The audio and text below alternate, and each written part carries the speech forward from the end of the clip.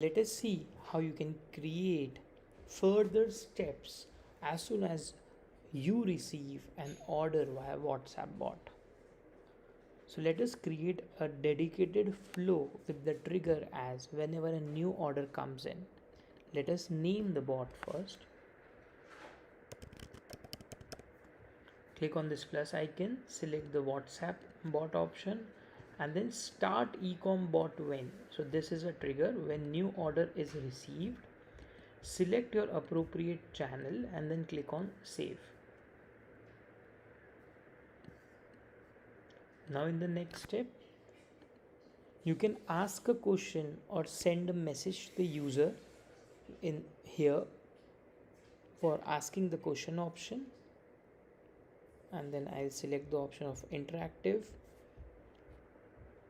When your bot flow turns to be an ecom bot, a new option comes here in the variable mapping section. This has data from your order. So we can have something like thanks and then the WhatsApp name for your order. Your order number is. Very important point to remember, you have only 1024 characters in total. So you can also divide this particular message in 2 or 3 blocks, and then order total is currency as well as total. You can ignore the next lines here because these variables are big, but in WhatsApp message this would come as a single line. Your product info. Now we have already created a product table variable which would combine the quantity, the product name and the price per unit for all the products that were ordered by the user.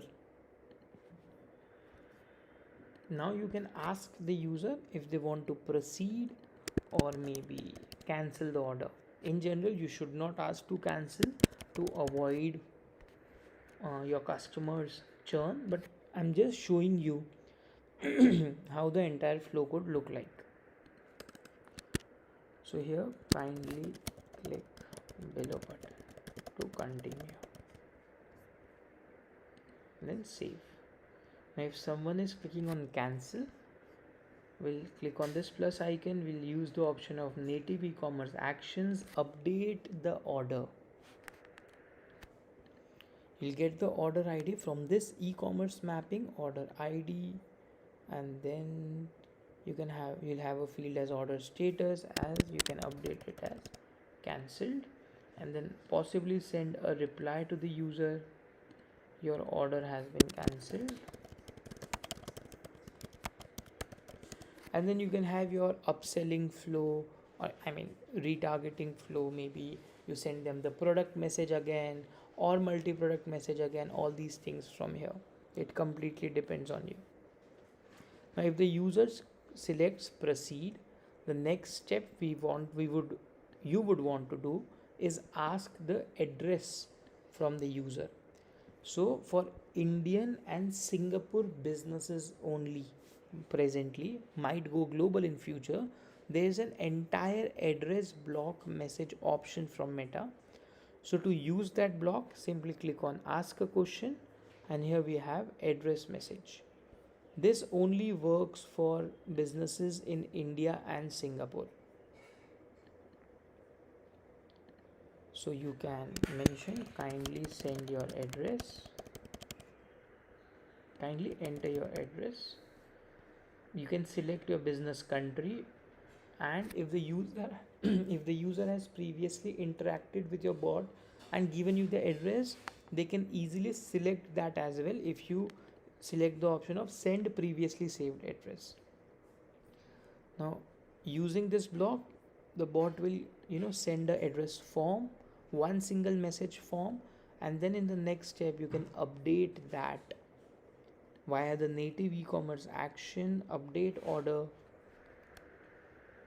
Select the order ID variable from here, and you want to update the billing or shipping address, you can select. So it will automatically select the option of last incoming address message. You can also update the shipping. So please note, you are clicking the title here, that is shipping, and not any of the fields, and then click on save. Now this would only work for businesses in India and Singapore.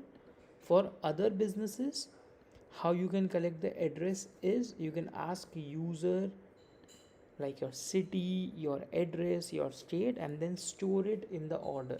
How you can do it? For example, kindly let us know your zip. Please note, I have not created any CRM fields, custom fields here, because we have the variable of last text input and we'll use that to update the order. So update the order, and then here we are using the order ID, and then as you're asking the zip, so which is also known as postcode, you can enter as last text input. So whatever user will reply here will get updated to the order billing section as postcode. You can also update the same in the shipping section or ask user separately. So for example, the shipping postcode, sorry, last text input, I think I missed somewhere, but you can update the same in the same way. Now after this, you can ask user maybe your city. So you need to follow this step for all the address fields that you want and you want to update. We have no mandatory requirement from our end, but whatever you require from the user, you'll have to update it at your end. We have given all the fields that you can map. It can be name, it can be company, it can be address line 1 2, it can be city, state, postcode, country, email, phone. So whichever fields are important for you, you can select those, and then you can ask the details from the user and keep updating. Now once you have received the address from the user, the next step that you would like to do is possibly ask them the delivery type. So ask a question block.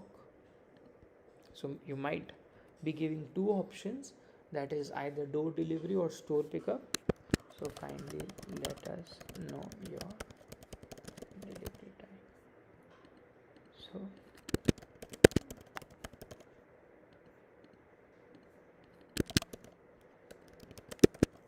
store pickup, and then save. Now whatever the user will reply here, we have an option of last button input. So whatever user clicks here can be updated in the order as well. So we are still not saving it to any custom field because it is not required. So update order, and then order ID and order shipping method. So I did this intentionally that we do not have a shipping method field here. So how you can create one? Always remember to save workflow, else your data will be lost if you refresh. Now go to your e-commerce section, go to the custom fields option, and then go to orders section. Then click on create custom field, select that you're creating an order field, and then we're adding shipping method. It can be drop down, it can be date time, multi select. You can select any one of these, but I'm selecting the text. It is the most easier one for me, so I can have any variable value in this. So you can create any number of order fields that you might want for your business, and then you can ask the user via the flow and then update that. So that's why I created an order field during this video itself to show you how you can create a new order field. So I have created the shipping method order field, and now here where we are asking user the shipping method, we'll simply update it. Now you'll see the option of shipping method here, that is an order field, and then last button title. So whatever button the user has pressed, it will simply store it in the shipping method. Sorry, I was just reconfirming if everything I selected was correct. Now you might want to ask user how would you like to pay, or maybe proceed to payment. So let me give an option.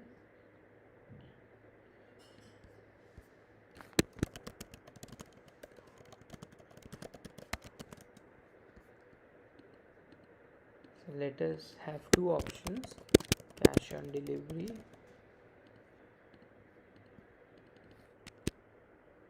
or online payment. So as I'm making a generic bot, I'll simply enter cash. Why? Because I've given users the option of door delivery and store pickup. If you want variables here, you need to create separate flows or separate flows for door delivery and store pickup. I have just made a general bot, so user can pay by cash or online. If the user selects the payment method as cash, you can easily update the order from here using the order ID and then updating the payment method as cash, and then possibly send user a thank you message. Thanks, your order is confirmed. Order number, amount payable in cash, currency, and total. Now if the user is selecting online payment, we'll have separate video tutorials on how to integrate various payment gateways. We will be making tutorials for Razorpay, Stripe, PayPal, and if you have any regional payment gateway and possibly Paytm, PayU, InstaMojo as well, but if you have any regional payment gateway that you want us to integrate, we'll integrate it and make separate video tutorials for the online payments. So how the flow would generally work: as soon as user clicks on the online payment, in the next step we generate a payment link, send it to the user, and then in the next step, as soon as the user possibly pays for it, we trigger a separate automation flow that sends a thank you message with the order details to the user. I'll simply show you quickly for now. On I mean by in For an integrated payment gateway, I think this is the one. No, sorry. But we'll be having separate video tutorials for each gateway.